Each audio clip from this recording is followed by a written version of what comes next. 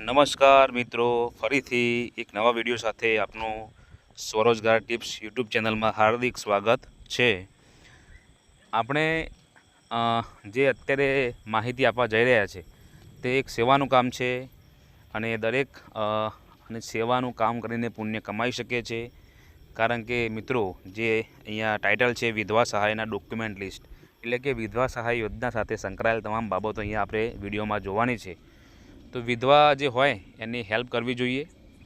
વિધવા જે હોય એને કદાચ નોલેજ ના હોય તો તમારા જેવા મિત્રો, ભાઈઓ બહેનો એને ઉપયોગી થઈ શકે છે। કારણ કે ગવર્મેન્ટની યોજનામાં બદલાવ થતા રહે છે, તો એની સાથે એમાં એમની મદદ કરવી જોઈએ।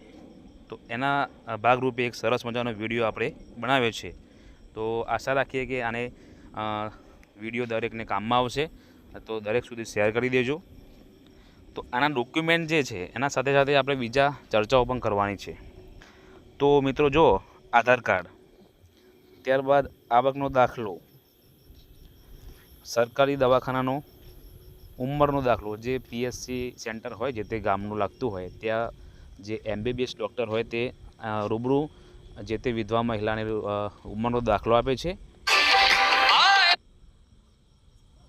મરણનું પ્રમાણપત્ર જે તે હોય એમના પતિનું એ રજૂ કરવાનું હોય છે।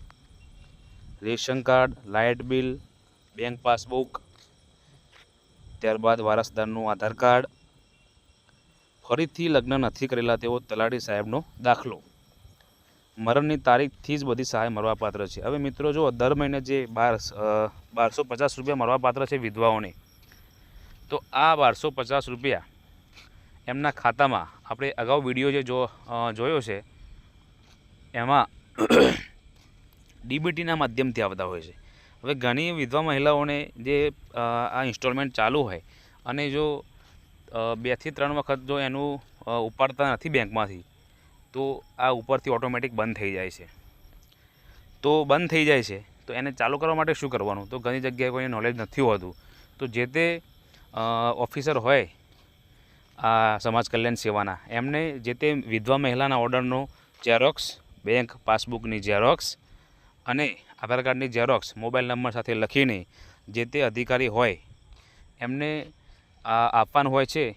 એટલે જે તે વખતે એ ફરીથી રિન્યૂ કરી દે છે અને જેટલી બાકી રકમ હોય એ બધી જ એમના ખાતામાં મળવાપાત્ર રહે છે।